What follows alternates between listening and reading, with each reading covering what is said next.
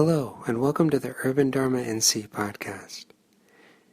This is part 5 of a series in which Dorje Lopan Dr. Han Lai teaches about the 5 Buddha families, a tantric organizing principle for understanding our own original wakefulness. Getting to know the 5 Buddha families can allow us a better understanding and recognition of the nuances and qualities of our own awakened nature, like a colorless light when refracted. Urban Dharma is a Buddhist temple in the heart of Asheville, North Carolina. We are supported by your generosity and by our online store, TibetanSpirit.com. To learn more about us, come visit our temple in person, or look us up online at udharmanc.com. Thanks for listening.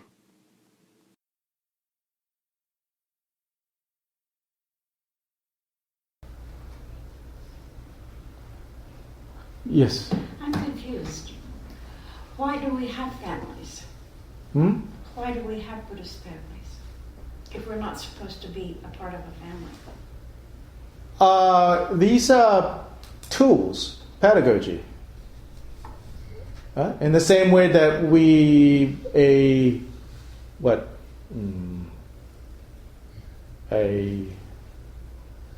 Need tools to cook? Myers-Briggs, Harry Potter, Sorting Hat,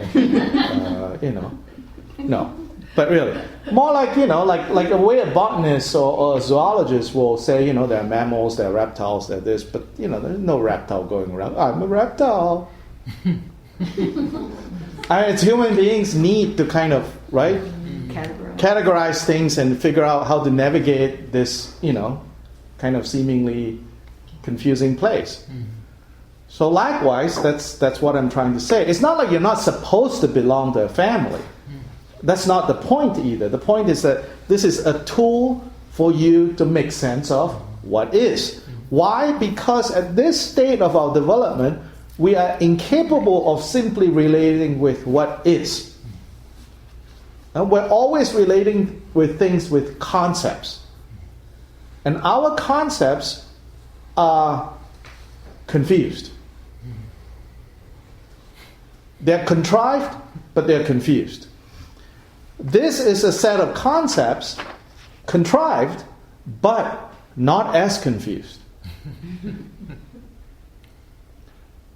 So we rely on this to remove confusion. When confusion is removed, these concepts also dissolve.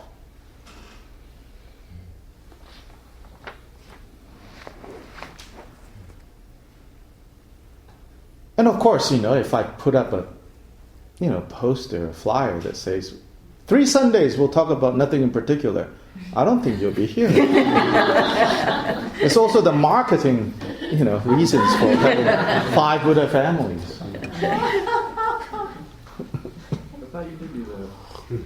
I have done that before, but you can't pull that too many times. They figure it out after a while. 6 Sundays or nothing. People came for all 6 Sundays. Do that too often, cry wolf too often, it's not going to work.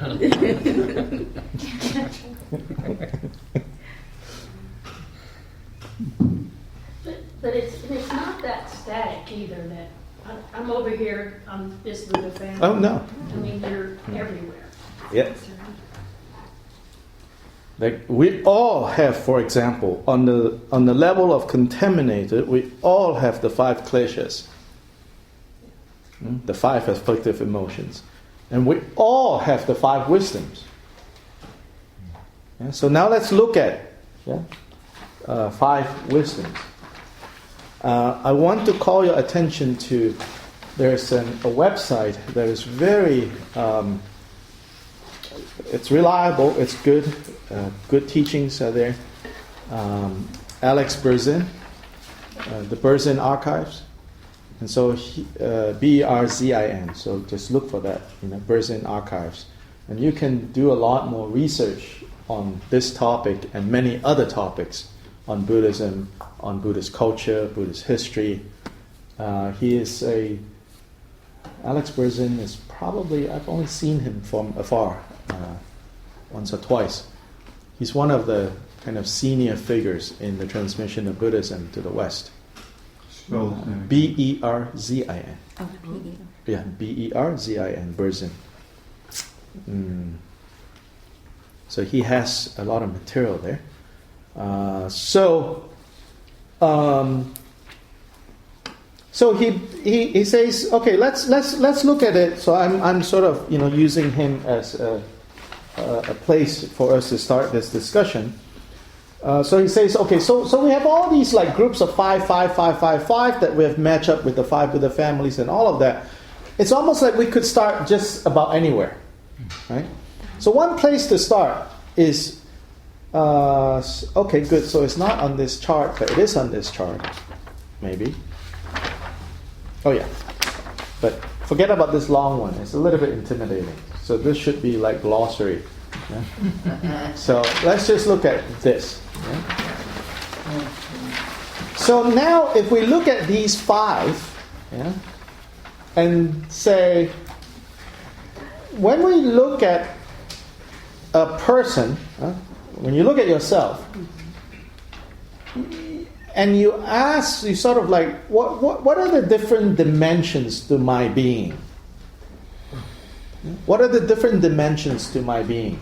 And when I say when I kind of, move around in the world, what are the dimensions? Now, of course, depending on, you could come up with all kinds of things. But here, one way to help us understand what does it mean to be in the world, right? To be, it says that there are 5 dimensions that we can think of. There is the mental emotional dimension that is occurring all the time. Right? There's the mental emotional aspect that is occurring all the time.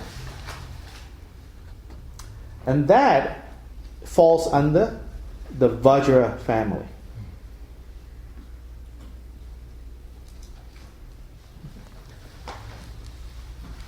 Then there are verbal aspects. When we're sort of being in the world, right? To communicate with people verbally. Right? So then that's the verbal aspect or speech. And that is the Padma, the western direction. So you can add to that. That's the speech. So we have mind, we have speech. And then even coarser than that. So mind is sort of the most subtle aspect of that being. Then less subtle is the speech aspect. Now coarser than that would be physical. Right? Our actions is another dimension of our being. And that is the Buddha family. The Buddha family. Body. So body, speech, mind in that vertical axis is there.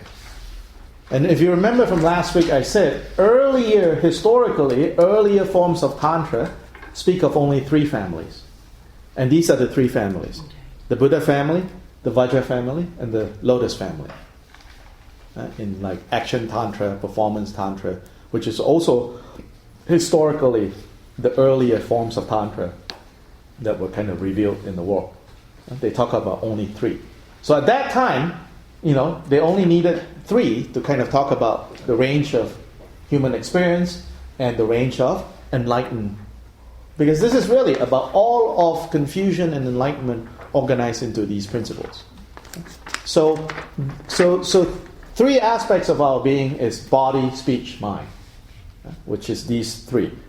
Lotus on top is speech, Buddha in the center is actions or body, and Vajra is mind.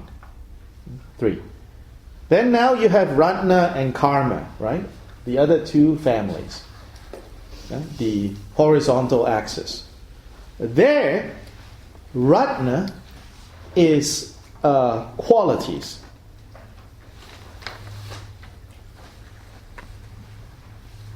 Ratna is what we call qualities. So if you think about your sort of a dimension of your being, right? There is the mental, emotional, there is the verbal, there is the physical, and then all of us have like certain qualities or characteristics. So that it says to belong to Ratna. Then not only that, not only having qualities or characteristics, these qualities or characteristics kind of manifest. Then that's called activities. So that's in the karma family. Activities. As in, when these qualities or characteristics kind of manifest. Now, of course, you can see that in a way you could say, well, this is kind of arbitrary. You're kind of like splitting hair here. Couldn't you say that qualities is part of mind and activities is part of body? Yeah, you can. Now, then you have 3 families. But if we want to talk about 5 families, well, let's split hairs, And you're like, whoa, that's splitting hairs. It's like, yeah, it's a lot of fun.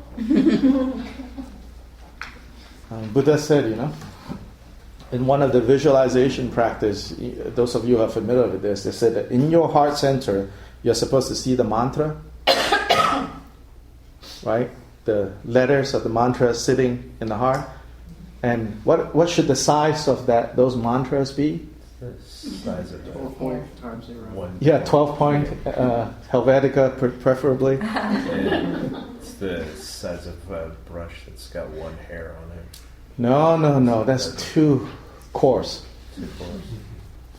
1 hair split by 60 parts. The size of 1 hair split by 60 parts, and let that be the tip of that pen and write those syllables. Buddhists love splitting hair.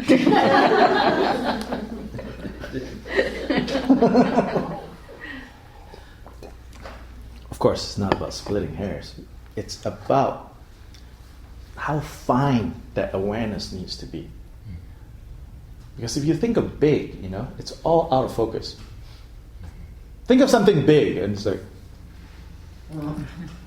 think of something really fine and subtle. Then it's like, hair thin awareness. Anyway, sidetrack. So if we think about the dimensions of being, these are the 5. And we can easily see how through these 5 dimensions, karma is created. Karma, both positive and negative karma, is created through these 5. And so this is our situation. Sometimes positive karma, sometimes negative karma, created through these 5. But Buddhas, awakened beings, they have these 5, but these 5 transform. Completely free from faults.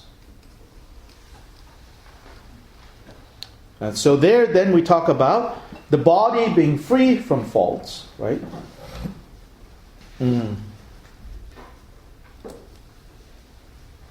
The body being free from faults means, plastic surgery. No. Sort of ethical conduct surgery, right? Removing all actions that cause harm to self and other. Eloquent speech. So none of Buddha's actions bring harm to anything or anyone, but instead support and protects. Buddha's speech is the speech that is free from, right, the 4 Ds. Deceptive speech, remember? Divisive speech, destructive speech, and distracting speech. Those are the 4 negative speech. Out of the 10 non-virtues, those are the 4. What was the first one again? Deceptive, lying. Ordinarily they say it's lying. Hurtful speech or harmful speech, harsh words, stuff like that. But easier to remember if you just remember the 4 Ds. Deceptive, destructive, divisive, distracting, which is what idle speech is. Blah, blah, blah, blah, blah, just, The most difficult of all the 10 non-virtues is that one. Blah, blah, blah, blah, blah, blah. And decisive? Divisive. Divisive? Yeah, divisive. Kind of like cause dissension. Go here and say this to this person, go there and say that to that person, watch them fight.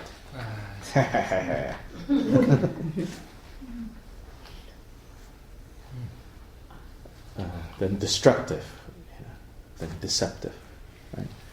So speech that is purified of that. And instead of that, they say the 60 melodious qualities of speech. You could go look it up, 60. Buddha's speech have those 60 qualities. And in terms of the body, we say it has the 32 major kind of characteristics of the body of a Buddha, and 80 subtle characteristics. So it's 112 qualities to Buddha's body. If you read through the list, it's a little bit weird. Yeah, it's like, really? Yeah. I don't know, Buddhas work in mysterious ways. Wait, that's God or something. But the important point, actually, even about those 112 qualities is that, less literally, is that it says that each of those physical traits, they're obviously sort of physical traits that meant something within the context of Indian culture, the Indian standards of beauty. And so then they say that Buddhas have the most beautiful of bodies. They have those 112 characteristics. But the inner teachings will say that those 112 characteristics are physical signs of inner qualities. So one of the weird ones is that Buddhas have tongues that are so long that if they stretch it out, it touches their forehead.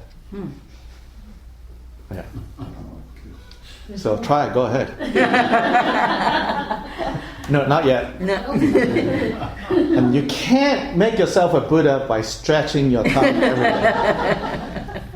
In the same way that Buddhas are free from attachments, you do not become free from attachments by simply throwing out attachments out the window, willy-nilly.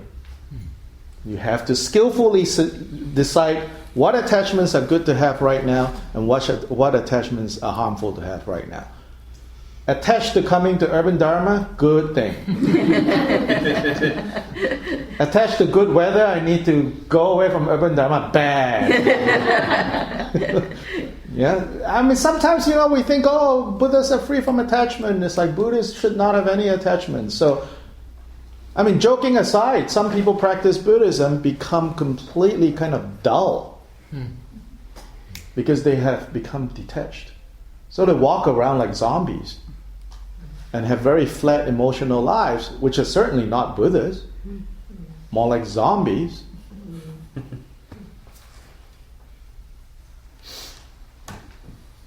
I have a friend who tells me that his wife complains that you used to be interesting, now you're just Buddhist.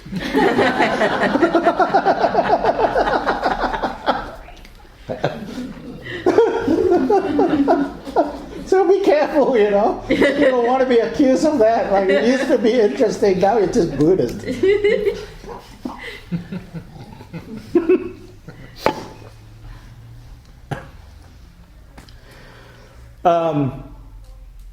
So another quality is how, this is a good one. Buddhists, their fingers and their toes have these weird, like web-like things, like frogs, you know, like they're a web. I don't know. It's supposed to be beautiful. I don't remember what that inequality is. Then so the tongue is that it's the result of having completely given up deceptive speech. So trustworthiness, no longer lie. And this, I don't know if it is Indian tradition or Tibetan tradition, but I know Tibetans will say, and each animal has one of these qualities in them. You want to guess which animal they talk about? Snake? Nobody likes snakes, okay?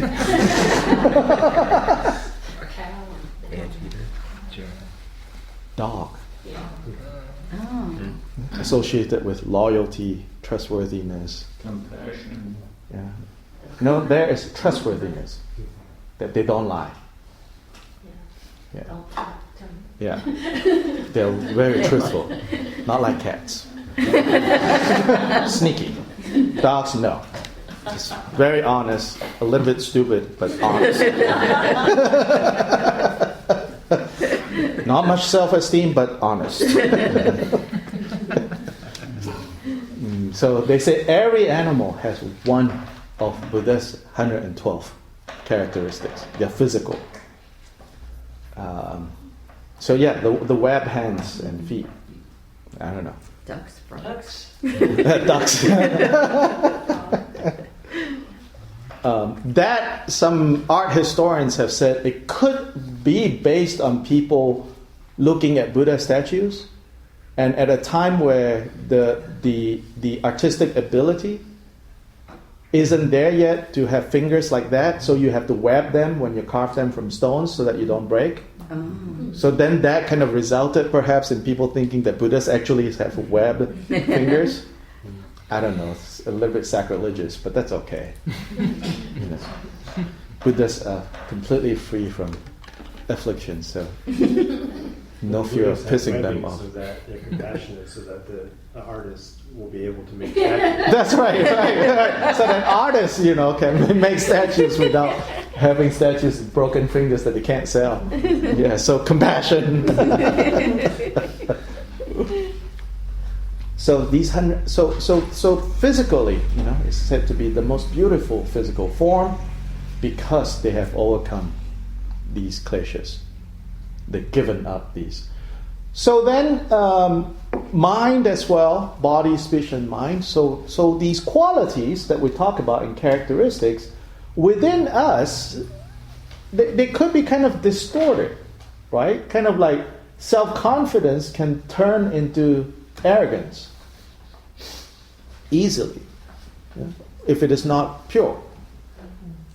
Likewise, activities. We act in the world in such ways that we think is actually benefiting others, but it could be harming others because our personal agenda is not completely out of that picture. So it's not completely kind of altruistic. So now, let's look at the 5 wisdoms. So the 5 wisdoms, when they are wisdom, of course, then it's in a purified state. But let's not start there. Let's start with what are these 5 wisdoms in the contaminated state where we are. And what they are is, so if you look at these 5 wisdoms, so we start with mirror-like, which is the eastern direction on this chart. Yeah, the mirror-like. So at the level of this wisdom being obscured or contaminated, this wisdom being obscured or contaminated, then this mirror-like wisdom is the ability to take in information. In the same way that no matter what objects appear in front of the mirror takes it. It doesn't say, "Ooh, you're kind of ugly. I'm not taking." Yeah? No, the reflection just turns up. So the ability to take in information. Yeah? So that's in the kind of contaminated state. Then, moving clockwise, we go to the equanimity, or the equalizing, or the sameness wisdom. But in its contaminated state, this is the ability to bring together all this like different information and to kind of see a connection, to connect, to kind of organize, to say this is like this, which is like this to this to this to this. Equalizing in that sense, bringing together, organizing. Then, in the, again, contaminated state, the third awareness or the third wisdom is the discriminating or discernment or individualizing. Individualizing. So then this is the ability to know. If the previous ability is to make connections, this one is to distinguish. To distinguish, to individuate whatever information it is that is coming in. So in the contaminated state, the previous one downplays differences. This one exaggerates differences. This third one. And the fourth is, which is once you have kind of individuated or identified, then you do something with it. So it's called the all-accomplishing. Yeah? On the pure state, it's called the all-accomplishing wisdom. But in the kind of contaminated or even neutral state, we're talking about to engage with it in order to do something. Then underlying all of it is the one in the middle, the all-encompassing space in our list here, or the Dharma Dhatu. Those of you who know this terminology.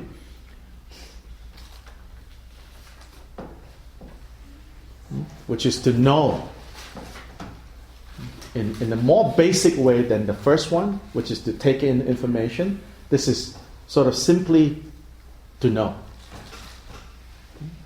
And in that sense, this central one is the basis of the other four. That basic ability to know. Right? In its kind of neutral or contaminated state. Now, let's talk about it in terms of wisdom. So in a Buddha, so what we just described is in a sentient being, like you and me, in varying states of confusion. But in the state of Buddha, of being awakened, mirror-like, right? That mirror-like quality, there's no distortion and no judgment in terms of what it takes in. There's no distortion. There's no distortion, no judgment, no exaggeration. It takes in. So it's that kind of wisdom. Okay? It doesn't reject. It doesn't want things to last longer or want things to go away faster. As long as conditions are there, the experience is there. Next, the equalizing is Here we're talking about a wisdom that arises from seeing that all experiences lack permanence, lack inherent existence, and that they are equally liberated. It's that kind of wisdom. Then the third, this wisdom of discernment or discriminating awareness, is a Buddha's ability to also relate to every situation and every being in the way that is most helpful to that individual or the being. It's sort of, the previous one is the ability to, if we want to look at it in terms of Buddha's relationship with others, it's this equalizing relationship. And there's no favoritism going on. There's a preference to work with certain situations and a dislike in working with other situations. A preference for this kind of person and less for that kind of person. No, equalizing. But the discernment is within this context of equalizing, maintaining still the ability to respond most effectively to any situation, to any being that Buddhas encounter. That's the wisdom of discernment. Then the all-accomplishing wisdom is the wisdom that then can translate that into an effect, producing effects in the world. Producing effects in the world.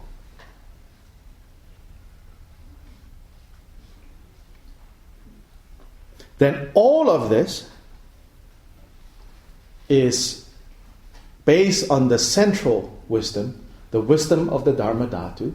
And here, remember, in that confused state, in the state of sentient beings, is the ability to simply know, right? But here is knowing the relative state of all things. Knowing how things appear, knowing how things exist. Knowing their Buddhist jargon, knowing their mode of appearance, and knowing their mode of abiding.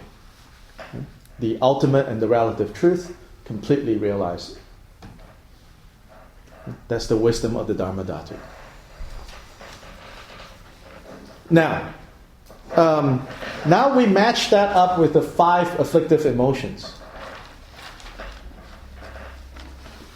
So let's work backwards. So this wisdom of the Dharma Dhatu is the wisdom that knows everything, right? The way they appear and the way they truly are, their relative status, their ultimate status, right? All of that. That's like the wisdom aspect. Now, in the confusion aspect, in the afflicted aspect, is what we call ignorance. Because in the state of ignorance, you also accept everything. No problem. Like zoned out.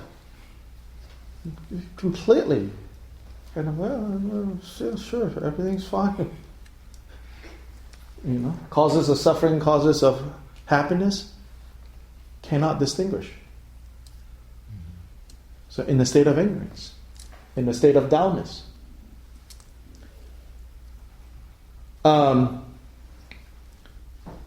Then you go to this accomplishing, right? So if you go backwards to karma, all accomplishing, there the kind of spoken of in terms of an afflictive emotion, a klesha, it's jealousy. It's jealousy.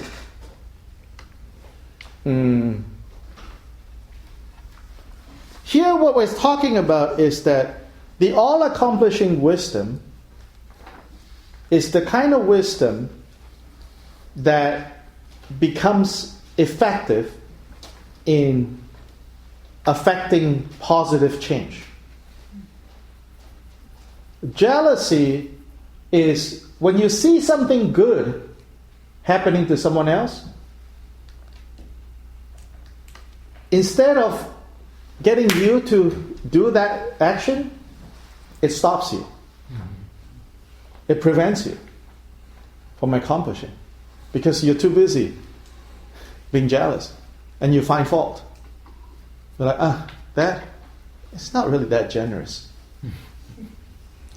He gave in order to impress other people. Instead of seeing someone giving and then going, oh, I should give too. Yeah? Jealousy. So jealousy prevents us from accomplishing anything, specifically good. So when we see other people happy, if we have jealousy, we're not able to rejoice when other people are enjoying themselves, when other people are doing well in the world. We criticize. And this kind of criticizing is an obstacle to accomplishing our own purposes. If you look at it, you can really see how jealousy prevents us from achieving the good that we see other people enjoying.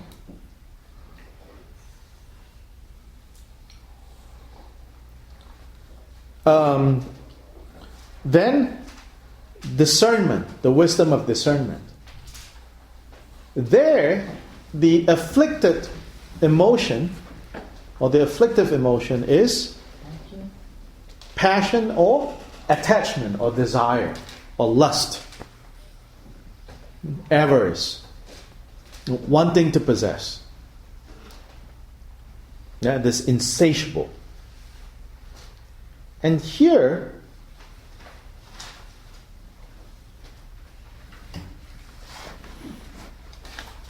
the lack of discernment, another way of putting it is, right, the opposite of that discernment, is there is a cloudiness over whatever it is. Then not only there is a clouding over, there's also an element of exaggerating. Oh, I like that thing so much because blah, blah, blah, blah, blah. I was telling you last Sunday about malas, right? Oh, that mala. Oh my gosh. It's so special. Buddha did say Bodhi seed is the best one. But now it's really expensive. Oh, but that's giving up attachment, so you should spend the money. That you don't have. Yeah, you don't have. Exactly, And so all kinds of exaggeration, right, gets imputed on that object. And there's no discernment. And working around now, equality. So this equality, when we don't see this equality, what is the result? Pride. Nagya. Me king. Right? In Tibetan, pride, literally, the compound is me king. I king. I'm best. Nagya. In Tibetan, me king. I like that definition for pride. Me king. Right? And that's so innate to all of us. Me king. That's not seeing the equality of ourselves and others. And then this mirror-like wisdom, right? So this mirror-like wisdom,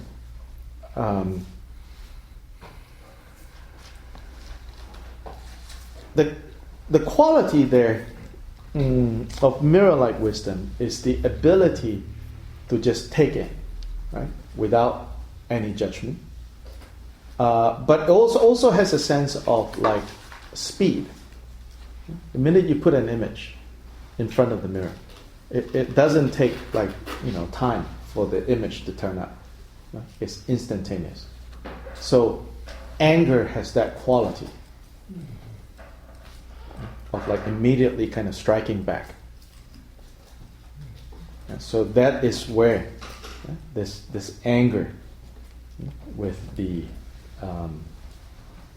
that particular wisdom, when it's lack of that wisdom, then it's anger. So they talk about, especially in tantric material, they talk about how all these 5 afflictive emotions can be taken onto the path. But that kind of expression has led to people thinking that, I could still, lie, steal, cheat, debauch, and be Buddha. Oh, yes. No, not taking these 5 afflictive emotions in that way. It means if you work with these afflictive emotions, the first level of working with them is to recognize their faults. To recognize the faults with these afflictive emotions. That's the first. So that's called the path of abandonment. You see their faults, you see how they can be harmful, so you want to abandon them. So that's the path of abandonment. A more subtle approach, they say, is the path of transformation. So you see their faults, but you also see how their faults, right, can also be turned around, transformed in that sense, not literally, more figuratively, that anger can be turned against itself. Can be turned against itself. Just as Shantideva says, if you want to be angry, let's go look for the right object to be angry about. Instead of taking it out on others. Yeah, or the wrong object, whether it's others or self. Sometimes there can be also a lot of self-hatred. Yeah? It says, let's go identify the true object of anger. As it turns out, the true object of anger is the afflictive emotions. He has this kind of this thought exercise that he gives. That's another class. Yeah. So that's like transforming, so to say. Yeah? On the basis of seeing that anger, you transform that anger. Then there is the path of recognition. And there what it's saying is to recognize that anger itself has no substance to it. Has no reality to it. By definition, samsara and the engines of samsara and the fuel of samsara has no basis. Has no basis. It's mistaken. So if we see that, if we recognize that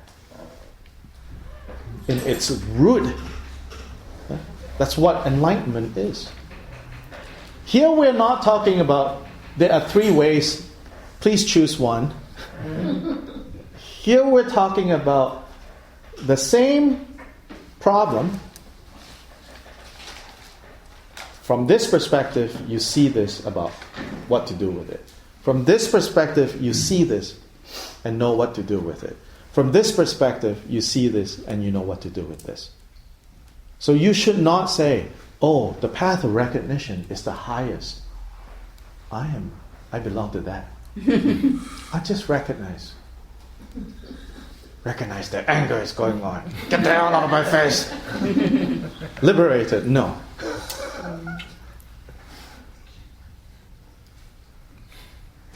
It doesn't mean that, but I'm joking, but I'm also serious. A lot of people think, oh, I'm now practicing Tantra, or I'm now practicing Dzogchen, but like nobody wants to be around you.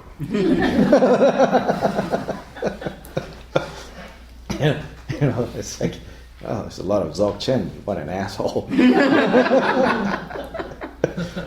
Misapplication, thinking that, oh, I can recognize all my afflictive emotions. Now I'm doing pretty good. As well, if you are too kind of obsessed or stuck with thinking that it's all about abandonment, then you have constant fear of the afflictive emotions.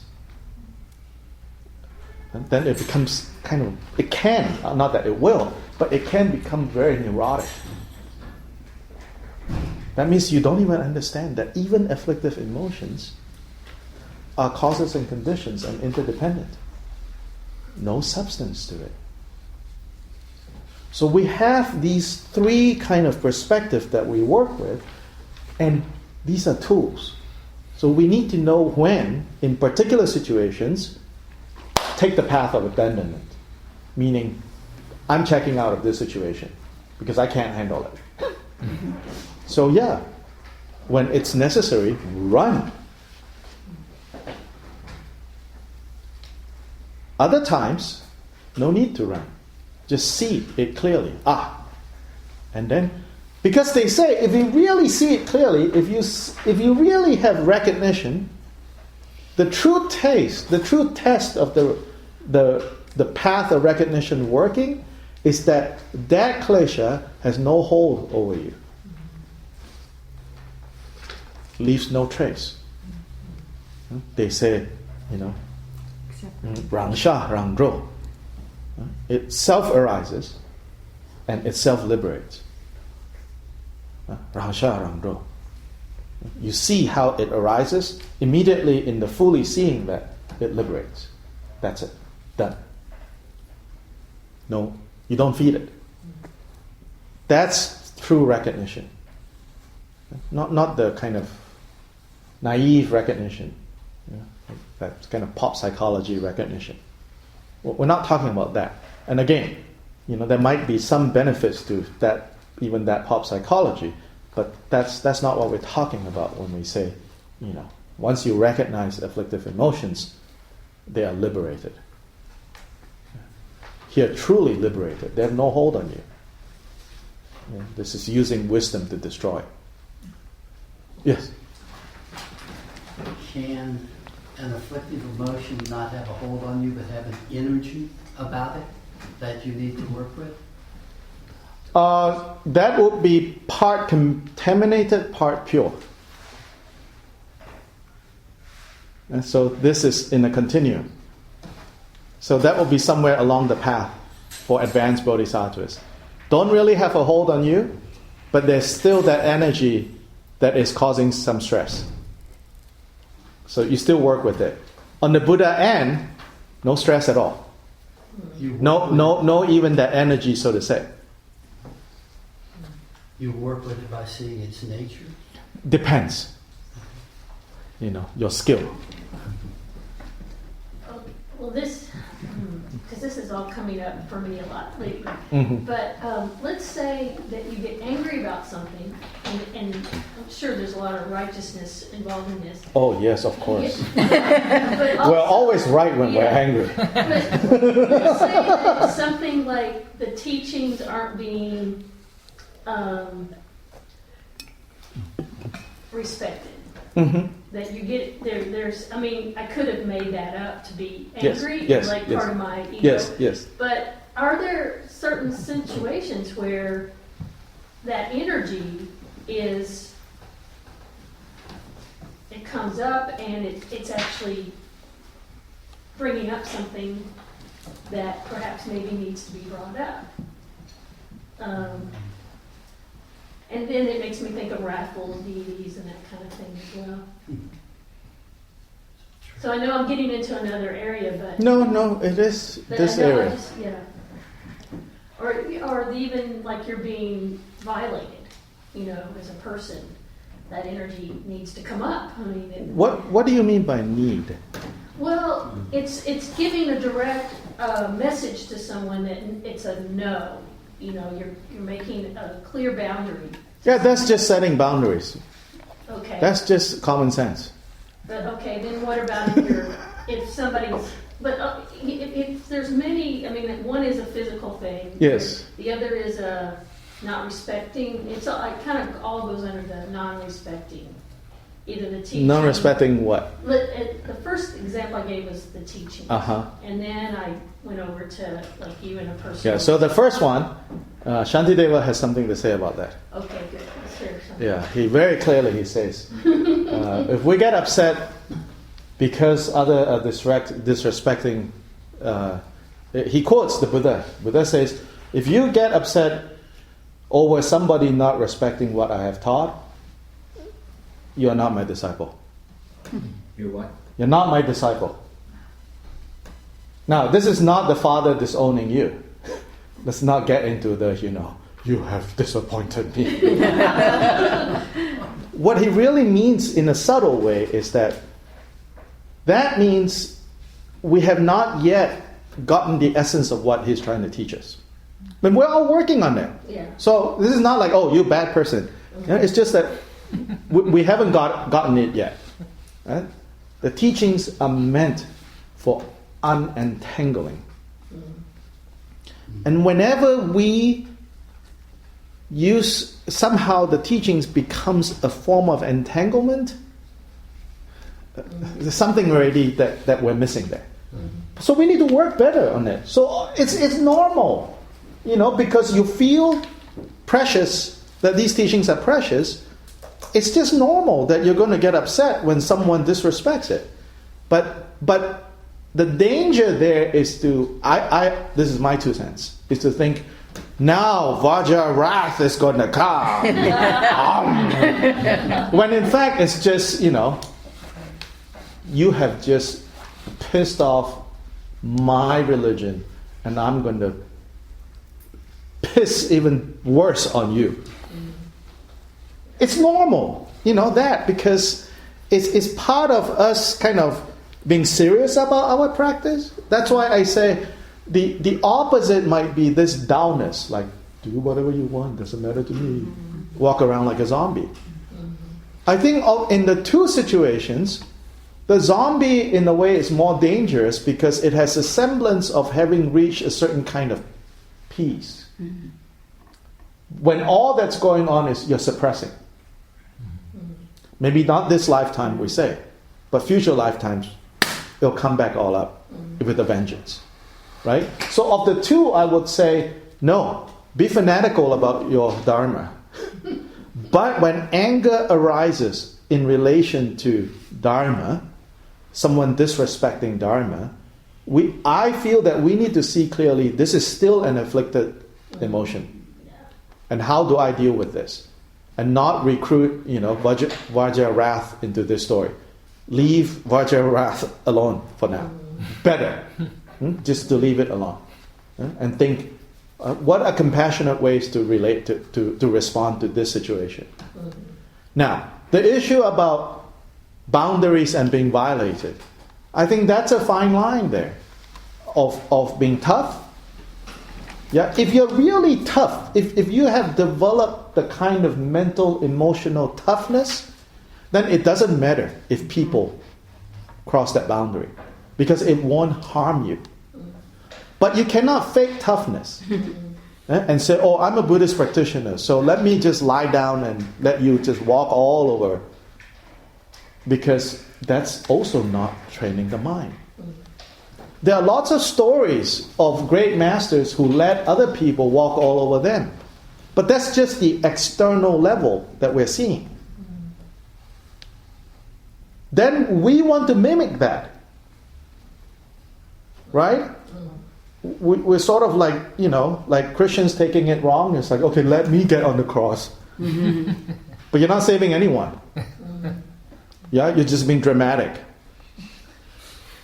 Yeah, kind of like the subtle drama queen hanging on the cross. Look, I'm dying for you. That's not Christ-like activity. That's in Christian terms. So in Buddhist terms too, we might think, oh, look at all these great masters, like being abused and everything. I should do that. No. That's just externally it looks like that. Internally, they are training their mind to be tough. Right? Not to be affected. So on the practical level, we have to start with establishing healthy boundaries with people. That's why I said when I was in Arkansas doing Lojong teachings, I said one of the things in the Lojong teachings that they talk about is, this is the mind training teachings, like our dedication, we say, victory to others, and take on, the loss ourselves, and everyone is better than me, you're all right, I'm always wrong, right? I said, these teachings are to be practiced in secret. There's a lot of wisdom there, because otherwise people will take advantage of you. And then otherwise, you will misapply these teachings, and before long, resentment will come, and then backfire. Yeah. So that's my 2 cents. Thank you. That's good. Like, it's better to not recruit the justified anger side yet. Yeah. Yeah. Like it wouldn't come up like that if you had already gotten to that level. Right. I think Exactly. Yeah. Then the wrath that we're talking about is the wrath, right? Since you mentioned that, the wrathful deities, that wrath is more about swiftness of response, like mirror-like wisdom. That it very swiftly cut to the chase, cut to the root of the problem, and liberates it with no negotiation, with no like, you're loved, and no, I just, that's it. So the wrath is not so much about, yeah, it's the swiftness, it's the quickness. Yeah? It's a very direct energy with no compromise in that sense. Yeah.